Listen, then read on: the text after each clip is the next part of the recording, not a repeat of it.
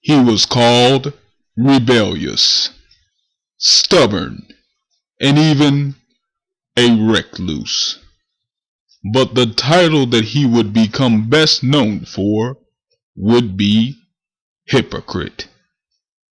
This is the story of the chief hypocrite, Imam WD Mohammed.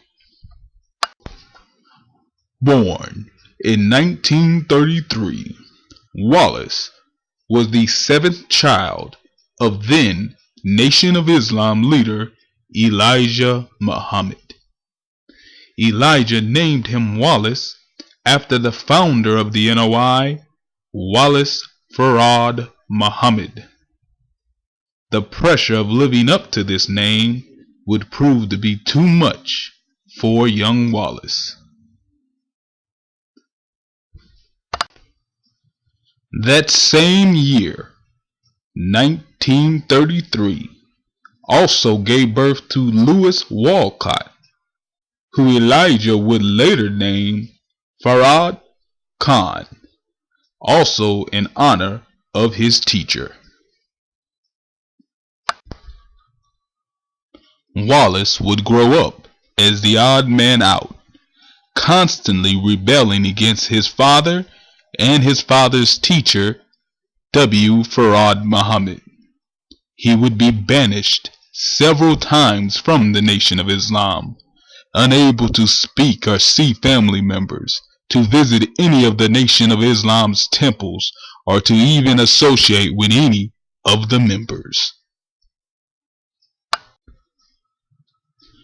In his absence, Elijah will find in Louis the son he always wanted. Unlike Wallace, Louis was a dedicated student. He followed and studied every word of Elijah and grew to become the Nation of Islam's national representative and second only in command to Elijah.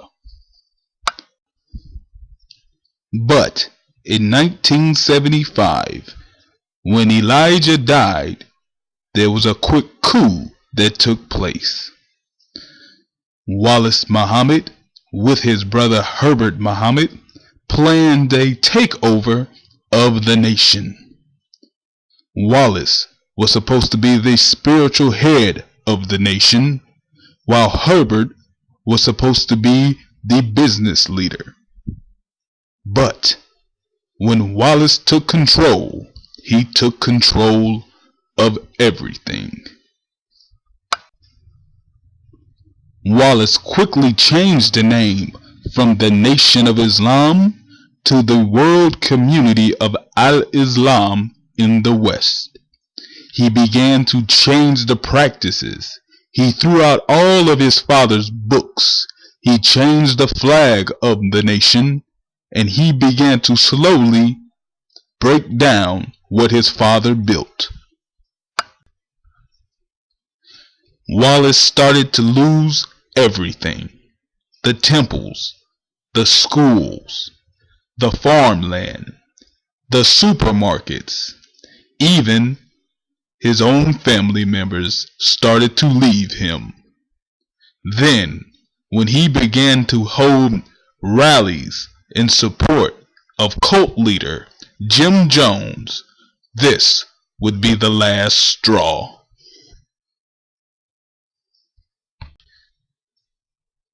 In 1977, Louis Farrakhan would resign from Wallace's new organization and decided to rebuild the Nation of Islam based on the teachings of Elijah Muhammad and his teacher Farad Muhammad. Over time, Farrakhan would slowly begin to regain many of the Nation of Islam properties. He would regain the National Headquarters Temple No. 2. He would regain the farmland and regain the people, as demonstrated in his 1995 Million Man March. After the rise of Minister Farrakhan in the Nation of Islam, Wallace would fade away from the American scene. He would attempt to change the name of his organization time and time again to regain the attention of Black America, but he was never successful. The world community of Al-Islam in the West would turn into the American Muslim Mission. The American Muslim Mission would change into the American Society of Muslims. But in 2003, he officially resigned.